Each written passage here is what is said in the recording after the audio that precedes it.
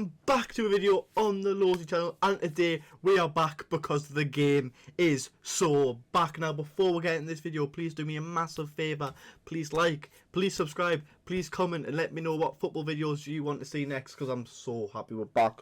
And we've got a little I button up there. If you press that, that'll take you to my last video, which will be my Premier League predictions for the season. But also if you click on the channel, which should be a little button down there, that'll take you to my YouTube channel where you can see match week 1 predictions. So 2 really good videos on there. I'd advise you watch them. But let's get into the video. So today we are talking about Arsenal versus Manchester United, but really we're talking about Manchester United. And I bring this video to you today because people are thinking, oh, Man U are looking really good. And you know what? Man U put a hell of a performance in yesterday. So as you can see in front of you, I've got the lineups from a Man United perspective yesterday. So of course Amarin's going to set up with his 3-4-2-1. He has a few new signings in there. Obviously he's got Cunha in there. He's put Mbeumo in there. So 2 top players who I thought had good games yesterday. But people are like, oh man, you are back, and I'm really happy with that performance. And look, first game of the season, it was a brilliant performance. Man U fans, don't get us wrong. But there's been so many times where you've had brilliant performances against the top 6. Like last season, like you played Arsenal at the Old Trafford last year and it was a draw and you should have won. You had great performances then. So I think the good start is that you played well. Of course, you didn't get the win. Didn't get a point, but you played well. And it's momentum that you can definitely take into your next game, which I believe is at Fulham, I think it was. So great momentum to go into that game. As you can see, Bayenda played in goal. I thought overall he wasn't too bad. Of course, that error is a big problem, and Man United need to get a goalkeeper, but we will jump into that segment in a moment. And then he started with Luke Shaw, De Ligt, and Yoro at centre back. I think they were all good. And then he played Dalot on the right instead of Ahmad. I could see why Amarin played Dalot on the right instead of Ahmad. Of course, Ahmad's more of an attacking winger with so much quality going forward, but against Arsenal, he probably wanted to be a little bit more cautious. Where Dalot is defensively solid, but also going forwards, he can be effective. And then the midfield, which I'm going to get to, of Casemiro and Bruno. Of course, Bruno playing as the 8, but I'll come back to that. Patrick Dorgu, who came in January, looked a completely different player. I thought he was absolutely magnificent yesterday. I thought he was really good. I think in this system, Man U have a solid player in Patrick Dorgu. And then the front 3, Mason Mount, Brian Mbeumo, and Matheus Cunha. Now, let's start with the goalkeeping situation. So, I saw a tweet from Mark Goldbridge today, which is quite funny, and it was like, Man United going into the season without getting a goalkeeper is like putting your hand in a nest of wasps. It couldn't be any more correct, if I'm being honest with you. Of course, we've seen Onana for 2 seasons. He's just crap. He's not good. He makes too many mistakes. The pressure got one with Man United, and overall I don't think it's that good. And then Bayenda gets a chance. I think Bayenda, well, I'm a Newcastle fan, and I go to all the home games, and Bayenda played against Newcastle when we beat them 4-1 at St James's Park. And Bayenda, like 2 mistakes leading to goals at St James's Park. Just not a great keeper. Should not have the number 1 shirt. Never mind starting goal for Man United. And Amarin said yesterday that Tom Heaton and Bayenda basically are better than Onana from his comments. That's basically what he said. So if he thinks that Tom Heaton and Bayenda are better goalkeepers than Onana, then Manchester United need a goalkeeper. 100%. Obviously, Donnarumma's available on the market, but I don't see that move happening. I expect Amarin to go for someone who is very good with their feet. So, example, Diogo Costa from Porto. I think that would be a great fit for Ruben Amorim, Portuguese as well. So I think could be a potential relationship there. Might be a swaying point. Might want to play under a Portuguese manager, or might feel more comfortable. But of course, he's got some Portuguese teammates in the team as well. Like he's got Bruno Fernandes, and then I think Brazilians speak Portuguese. So obviously you'll have Cunha there as well. So I think Costa would be a great signing for Man U. So that's the goalkeeper segment. Now moving on to the centre backs. I think Lenny Yoro, potential to be one of the best centre backs in Europe, no doubt about it. I think he's very good. I think he's under the right manager. Because I do think Amarin's the right man for the job. But I think Lenny Yoro is a solid centre back. I think Matheus de Ligt. I think I think he's brilliant. I honestly think he's really good. I think there's a bit times where he's a bit slow, but I think he gets a lot of criticism, to be honest with you. I don't think he's as bad as certain journalists make him out. I think he's a really good player, and I think he's going to be crucial to Manchester United this season. And then left centre back, Luke Shaw. Now I think Luke Shaw's a fabulous defender when he's fit. Obviously, he never really stays fit. It always seems like he's only available for England. But yeah, I think Luke Shaw's good. It's just a shame about his injury record, because there'll be a point in time where he will not be able to start for Man U this season because of injury. That's where I expect Lisandro Martinez to come in, or maybe Harry Maguire. But I think the best like for like Shaw replacement in centre back there would be Lisandro Martinez. So backline, I don't think that'll be a problem for Manchester United. Wing backs, the Patrick Dorgu is absolutely nailed on. I think he's the perfect winger / fullback for this Amarin system. So no doubt in my mind that he'll be a solid player this season and one of Manchester United's best players.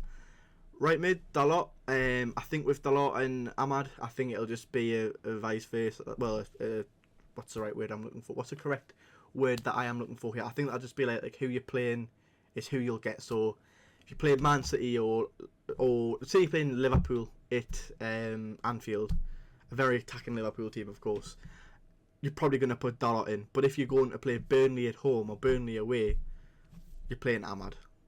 You have to. His attacking quality is very, very good.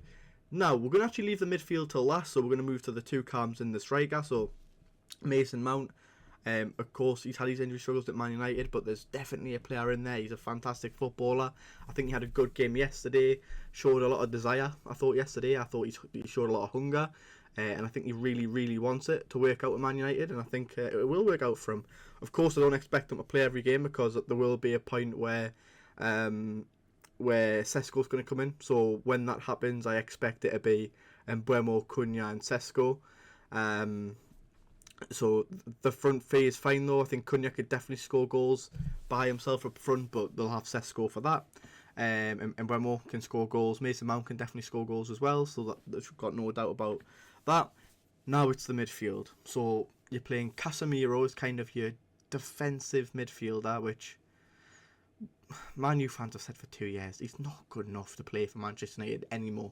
If it was prime Casemiro, he'd be one of the best midfielders in the Premier League. No disrespect to the man, but right now, Casemiro should not be starting for Manchester United. In a season where Manchester United want Champions League football, they need to buy someone for that position.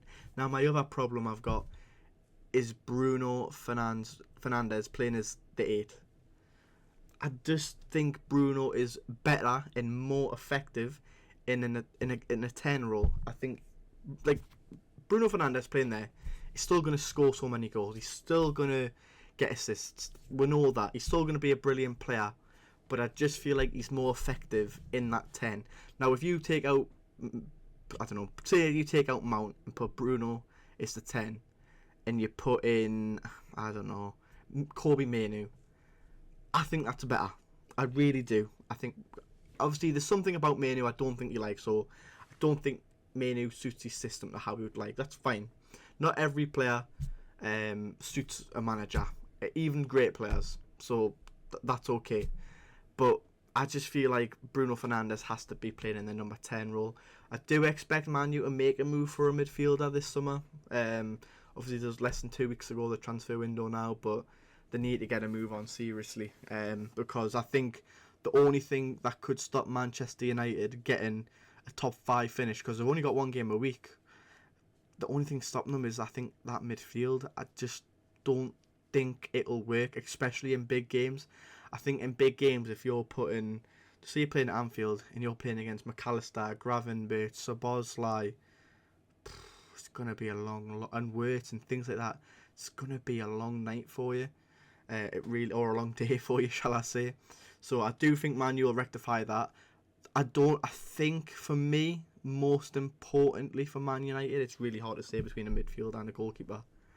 I would probably have to say goalkeeper for Man U, because there's so many errors leading to goals. I think a top world-class goalkeeper could definitely sort them out. But I think they do need 2 more signings, at least Man United this summer. They've got to sort out that midfielder position. Like an Adam Morton would be perfect.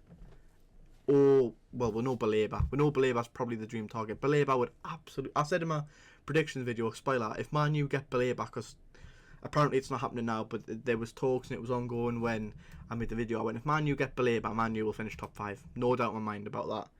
But, yeah, I don't know who they'll sign now. It's going to be a tough one. Now, I want to look in the stats of the game, because this is where it was a lot more promising, I thought. So, all we need to look at is shots that we took. Bit of possession comes into it, but possession doesn't really matter, as Arsenal have showed. Passes, that's all I really want to look at. So Man U had 22 shots yesterday with 7 on target. Now, impressive.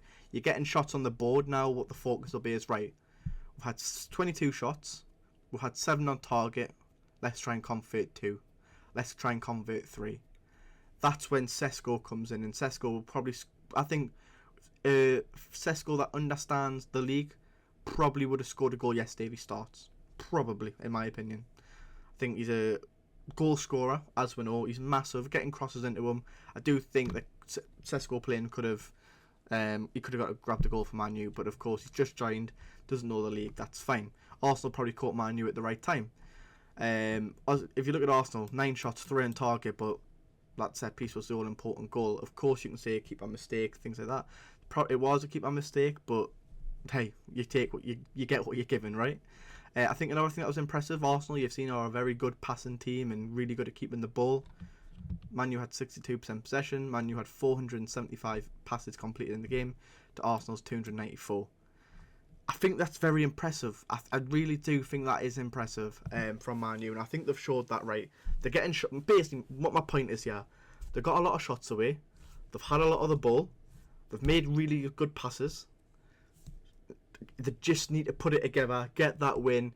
I think that loss for Man U, I still think gives them momentum. I really do believe that. It might sound stupid, but I think that gives Man U momentum going into the next game. I mean, let's have a look at the fixtures. Let's go. Yeah, Fulham. Next week's Fulham away, a very tough game. But for me, look at Man United's run.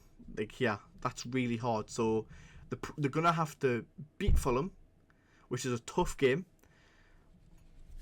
Yeah, they'll beat Grimsby, and they probably can rotate while doing it, because they'll be playing Burnley 3 days later at home at Old Trafford. They'll beat Burnley. No doubt in my mind, they'll beat Burnley. It's here. It's Etihad. Of course, Man U always seem to turn up against the big teams, but Man City looked on fire last week. Of course, Man City have got to go to Tottenham, or Tottenham got to go to Manchester next week, so that's going to be a really good game, and if City win that, then they're going to be in good momentum, and they did look really good. And then they've got Chelsea, where I think Man U can beat Chelsea. I think Man U will beat Chelsea at Old Trafford. This is a really tough game here. Brentford away, of course, they lost the first game. Can Keith Andrews kick them on? I don't know. I expect them to beat Sunderland. And then, look, Liverpool, tough game. Brighton will be a tough game. Forest will be a tough game. Tottenham, tough game. And then they've got a bit of an alright run here. It's just very crucial that Manchester United can pick up points next season. Well, this season, not next season. This season in the Premier League, they've got to pick up points, and they've got to push. In my opinion, they have. I know they finished 15th last year. They've got to push for top 5. They've got 1 game a week.